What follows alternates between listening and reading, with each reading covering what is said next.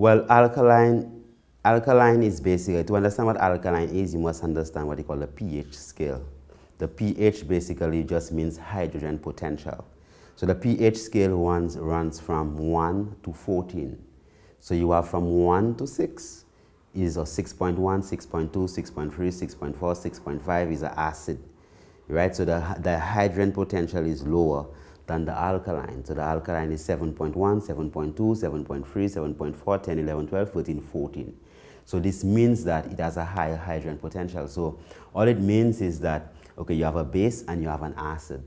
So all this does is that it creates a particular environment for the functioning of the physical structure. Now your physical structure is not like a wall or this piece of wood. The physical structure is dynamic.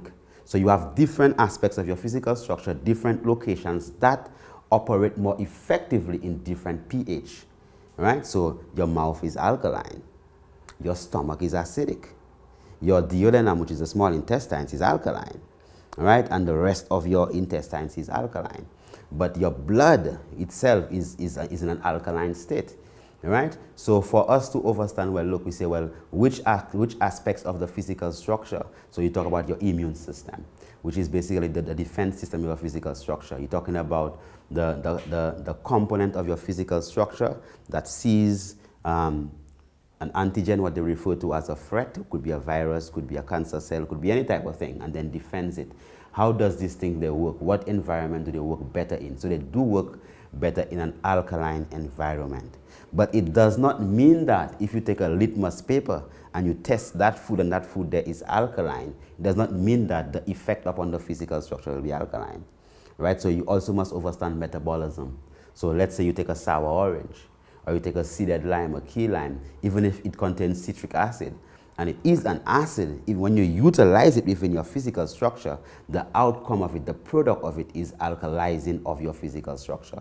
So I think that many people think that being alkaline is like a litmus paper test, right? But that's not what it is, right? It is actually living in a particular way that puts your physical structure in that perfect state whereby it could operate in an optimal position.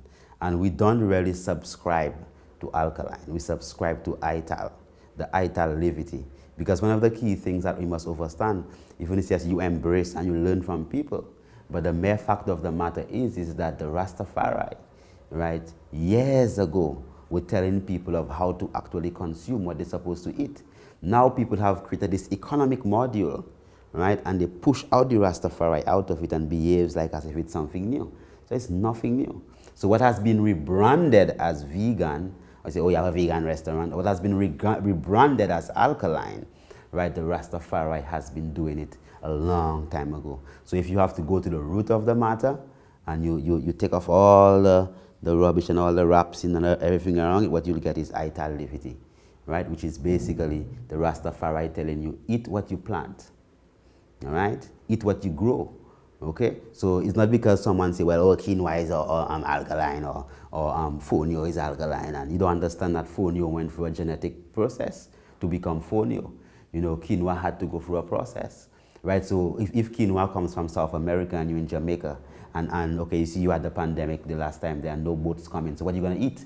Right, so let us see then, how is it that the Rastafari levity says, okay, well, what is within our appropriate environment that we could utilize to ensure that our physical structure operates on the optimal level. So it's not just about saying that you are alkaline because you buy in and you import in stuff, but understanding that the holistic aspect of it, that you are in a position whereby you are self-sufficient, whereby your hands could put a seed in the soil, you could nurture it with your energy, right? And you could see it grow, you could harvest it, and you could bring it into your kitchen and you could plant and you could eat, right? Because plenty of people don't understand that even if you eat alkaline or you are vegan or you plant-based, you still get breast cancer.